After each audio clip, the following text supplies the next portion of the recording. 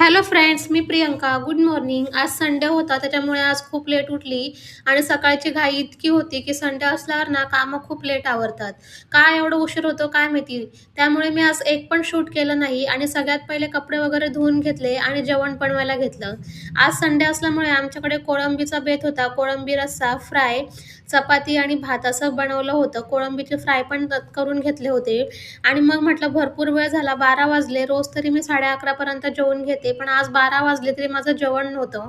भूक इतकी लागली होती, की सगळ्यात पहिले म्हटलं जेवायला बसूया.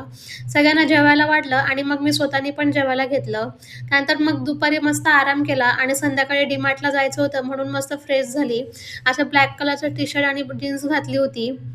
त्यानंतर मग स्वतःची तयारी करून घेतली आणि त्यांना म्हटलं, की तुम्ही बब्बूची तयारी करा. ते बब्बूची तयारी करत होते, त्यापर्यंत मी पण माझी तयारी करून घेतली आणि डी-मार्टला गेल्यावर बापरे बाप! ती एवढी गर्दी होती ना, की अक्षरशः ट्रॉली फिरवायला पण तिथे जागा नव्हती. आज संडे असल्यामुळे आणि आज 1 तारीख होती, त्याच्यामुळे आज खूपच गर्दी होती. त्यानंतर सगळं सामान काढून घेतलं, सगळं बिलिंग करून घेतलं. मग त्यांना म्हटलं, की पिझ्झा खाऊया. मग मस्त गरमागरम असा पिझ्झा मागवला, पनीर पिझ्झा आणि माझ्या मुलाला थोडी पण दम निघत नाही. बघा कसा घेतोय आणि मी पिझ्झा खाल्ला. तर असं होतं माझा आजचा दिवस. भेटूया उद्या. बाय.